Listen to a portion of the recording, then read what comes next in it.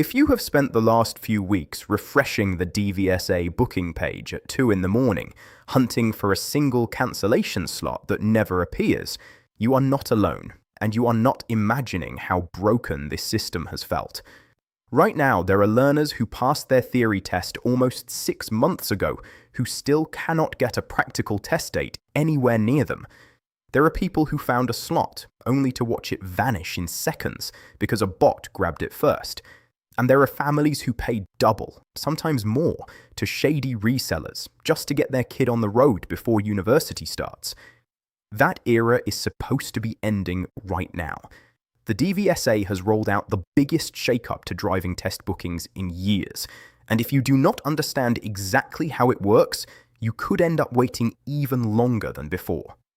So stay with me, because by the end of this video, you will know exactly what changed, why it changed, and how to use these new rules to actually get a test date, instead of getting stuck behind one. Let's set the scene first, because the backstory explains everything. Since the pandemic, the practical driving test system in England, Scotland, and Wales has been under enormous pressure. COVID alone wiped out more than 1 million tests between 2020 and 2021, and the system never really recovered from that hole. By last autumn, more than 660,000 learners had a test booked somewhere in the queue, and the average wait time had stretched to around 22 weeks. Before the pandemic, a typical wait was about 5 weeks. Most test centres were maxed out at the full 24-week booking horizon, meaning they were completely full as far into the future as the system allows. The government had promised to get average waits down to 7 weeks by the end of last year. That target was missed, and missed badly, and officials have since admitted in Parliament that the backlog might not fully clear until late 2027. Here is the part that made people genuinely angry. While all of this was happening, a shadow industry grew up around the booking system. Automated bots and unofficial third-party services figured out how to scan the DVSA system constantly, snap up appointments the second they appeared, and then resell them to desperate learners for inflated prices. Some people reported paying almost double the official test fee just to get a date that should have been free to book. Driving instructors, in some cases, were also booking and managing tests on behalf of their pupils, which sounds helpful on the surface, but it also opened the door to bulk bookings, speculative slots, and a system that genuine learners could not compete with. The DVSA ran a public consultation on all of this, one of the biggest in its history, with more than 100,000 responses. The message that came back was loud and clear. People wanted control of their own bookings back, and they wanted the loopholes closed. So, the DVSA built 3 major rule changes, rolled out in stages this year, and together they have completely reshaped how you book, change, and manage a driving test. The first change came into force on the 31st of March this year, and it is probably the one that will affect you the most if you already have a test booked.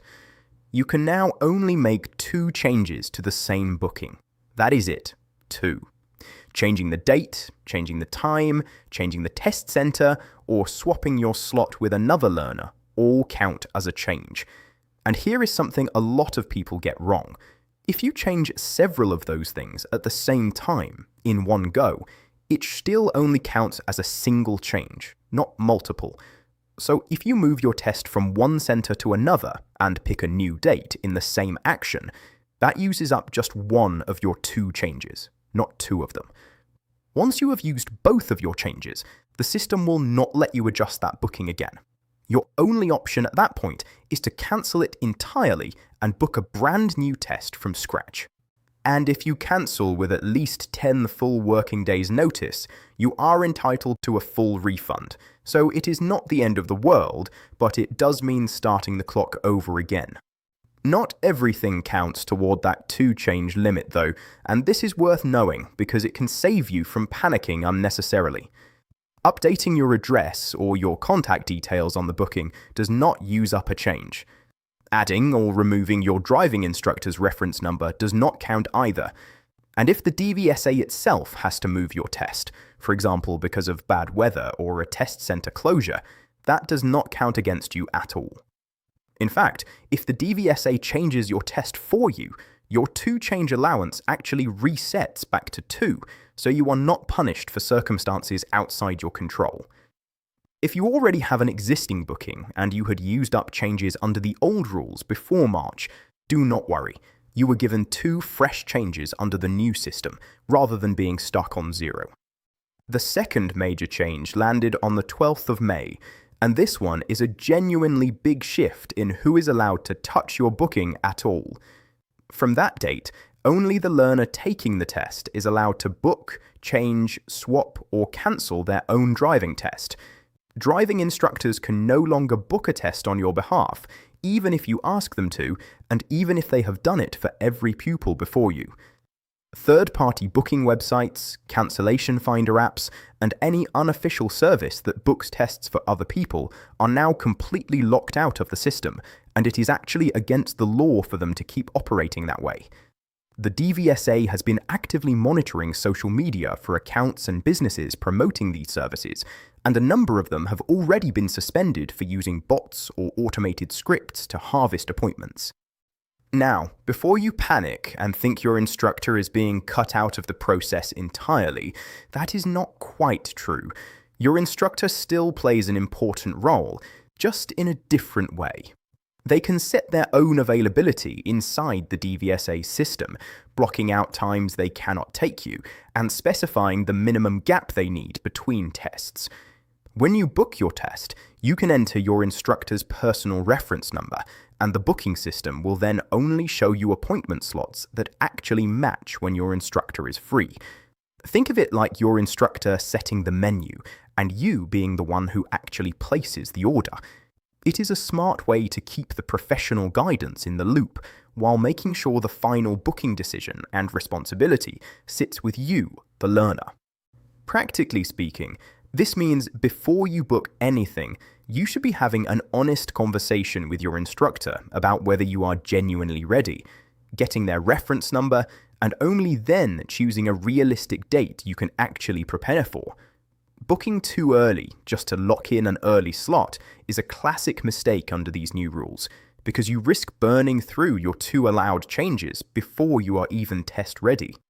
The third change is the newest one, and it only came into force on the 9th of June, so if you are watching this close to release, this is brand new information. From this date, when you want to move your test to a different test center, you are no longer free to jump anywhere in the country. You can only move it to one of the 3 nearest test centers to where your test is currently booked, or back to the very first test center you originally booked on that current booking. So, for example, if your test is booked in Chesterfield, the system will only let you move it to the 3 centers geographically closest to Chesterfield, or back to Chesterfield itself if you had already moved away from it once. If you use your first change to move to one of those nearby centres, say Sheffield, your second and final change would then be limited to the 3 centres nearest to Sheffield, or back to your original Chesterfield booking. This closes a loophole where people used to book a quiet, rural test centre just to grab an early date quickly, and then swap into a busy city centre test centre closer to home once a slot opened up there. Those days are now over. One important detail here: if you already had a test booked before the 9th of June, the new rule looks at wherever your test happened to be booked on that exact date, not necessarily where you first booked it months earlier.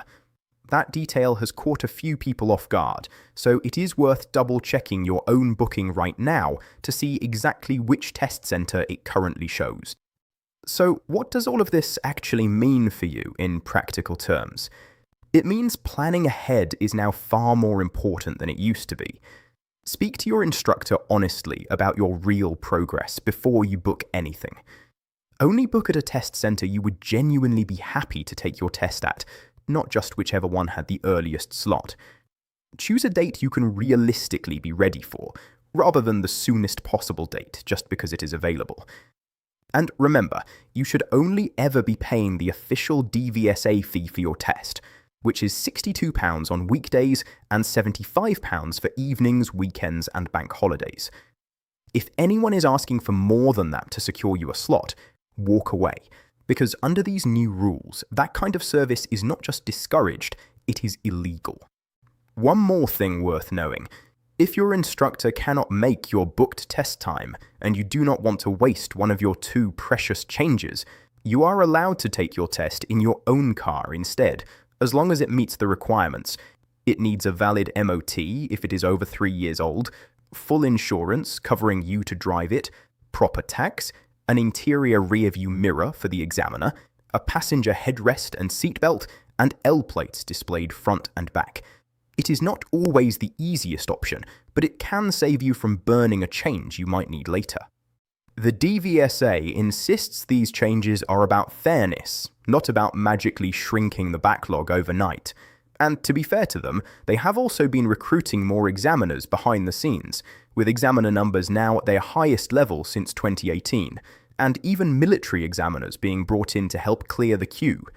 Whether that is enough to fix years of backlog remains to be seen, but at least the booking system itself should now behave the way it was always supposed to, rewarding people who plan properly instead of people who exploit the loopholes. If this video helped clear up the confusion around the new driving test booking rules, do me a favor and hit subscribe, because I cover changes like this all the time. The kind of rule updates that genuinely affect your wallet and your time, long before most people even hear about them. Hit that subscribe button, turn on notifications, and make sure you never get caught out by a rule change again. This has been UK Fines Alerts, and I will see you in the next one.